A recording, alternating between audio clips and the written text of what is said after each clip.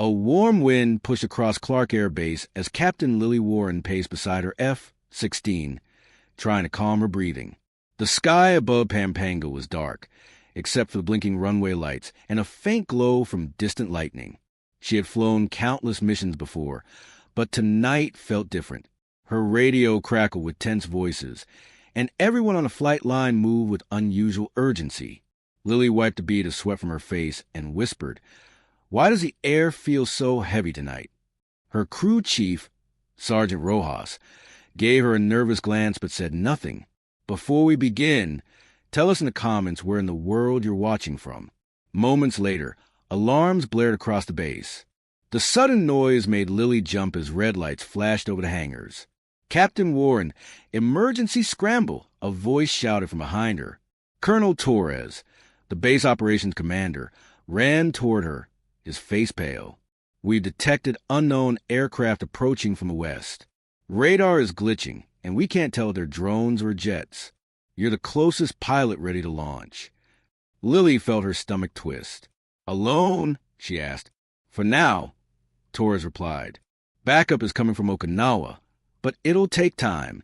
You need to get airborne before the radar goes blind again." As Lily climbed into the cockpit, the wind picked up, bending nearby palm trees. Rojas strapped her in, his hands trembling. "Ma'am, be careful out there," he muttered. Lily nodded and forced a smile. "I'll be back before sunrise." But even she didn't believe that. The radio crackled again. "Tower to Viper 1. You're cleared for immediate takeoff. We're switching to backup power in 10 seconds. Lily swallowed hard. As she taxied forward, she whispered, "Okay, Lily, breathe." The engine roared as she pushed the throttle, and in seconds she shot down the runway, the ground falling away beneath her as she climbed into the storm-dark sky. At about 3,000 feet, her radar screen flickered and went dark. "Not now," she groaned, tapping the side of the panel, even though she knew it wouldn't help. The clouds ahead flashed with lightning, cutting the sky into bright, trembling veins of white. "Viper 1 to tower, I've lost radar," she said. But the radio only hummed with static. A sudden gust rocked her jet, and Lily gritted her teeth. Keep steady, she told herself. The deeper she flew into the clouds, the heavier the air seemed, like the storm itself was watching her. Then, out of nowhere, a dark silhouette zipped past her left wing. Lily's heart jumped. "What was that?" she gasped. She turned sharply, trying to catch sight of it again, but the storm swallowed everything. Thunder boomed, making her flinch. Another shadow flickered on her right side. Faster this time. "Identify yourself," she shouted into the radio, even though she wasn't sure anyone could hear her. For a moment, she wondered if her mind was playing tricks on her. But then a small blue light blinked in the distance ahead, moving in strange zigzags no normal aircraft could make. Suddenly, her cockpit lights dimmed, the jet shuddered, and Lily felt a weak pull on her controls. "Come on, girl, don't do this now," she whispered to her aircraft. She had trained for emergencies, but something about this felt wrong, like the sky itself was interfering with her machine. She tried switching power systems, but every time she fixed one problem, another appeared. Then she heard a faint voice through the static. "Ipper 1, do copy?" Lily leaned closer. "This is Viper 1. "I copy." "Barely." The voice returned, clearer this time. "This is Lieutenant Reyes from ground control. You're not alone up there. We see the object, too.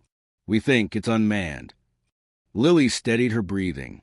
"If it's unmanned, why is it circling me like a shark?" she asked. Reyes replied, "We need you to hold it off the base.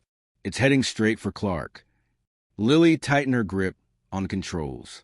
"Understood." She turned toward the blinking blue light, pushing through turbulence that felt like invisible hands shoving her jet sideways. When she finally broke out of the thickest clouds, she gasped. There was a drone unlike anything she'd seen before, sleek and silent. It hovered for a moment, then shot forward with impossible speed. "Reyes, that thing's moving like it's alive," she whispered. Before she could react, the drone darted straight at her. "No, no, no." Lily yanked the stick, avoiding the collision by inches.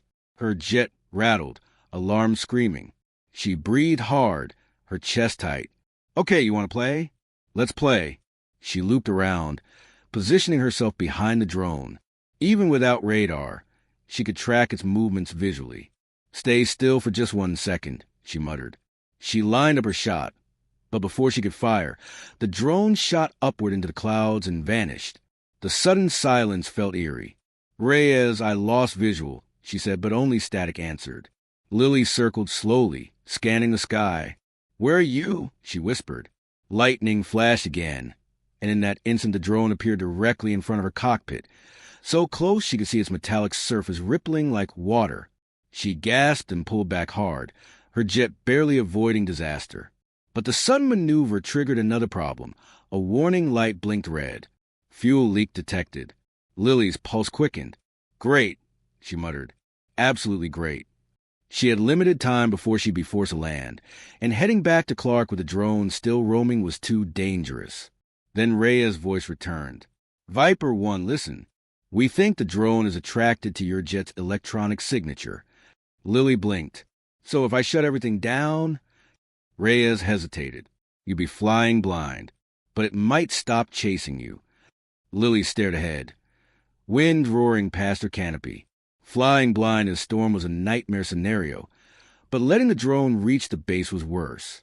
She closed her eyes for a second. I'll do it. She flipped several switches. The cockpit lights dimmed. The engine quieted to a low hum. The world outside looked darker, quieter, too quiet. For a moment, Lily thought it was working, until another blue flash appeared behind her. Why are you still here? She whispered. Then she noticed something. The drone wasn't attacking. It hovered behind her like it was waiting. Suddenly, it shot downward, heading straight toward the base. No! Lily slammed the power back on, engines roaring as the jet surged forward. She chased the drone through the storm, pushing her aircraft to its limits despite the fuel warning. When she broke through the final bank of clouds, Clark Air Base came into view below, its lights flickering from the earlier power issues. The drone dove low, aiming for the runway area. Lily's jaw clenched. Not tonight, she said. She dove after it, her jet shaking violently. With her last bit of fuel, she lined up behind the drone. She whispered, Please let this work. She fired a burst of flares, not to hit the drone, but confuse its sensors. The drone wobbled, its trajectory shifting as the flares scattered bright light across the sky. It veered off course, slammed into a patch of empty field beyond the runway, and exploded in a harmless burst of sparks. Lily let out a shaky laugh. Yes, yes. Moments later, her fuel alarm blared loudly. I know, she yelled at the jet. She lowered her landing gear, hoping she had enough fuel left to touch down safely. As she approached the runway, the wind calmed. It felt like the storm itself finally allowed her through. She landed with a rough skid, sparks flying as her brakes struggled, but the jet slowed, finally resting near the hangars. Lily slumped back in her seat, her hands shaking. The canopy opened, and she heard running footsteps.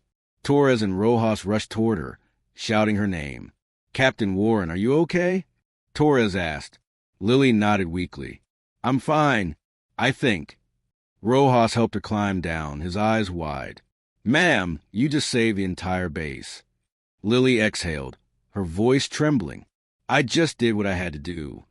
As dawn slowly brightened the horizon, Lily looked back at her battered jet.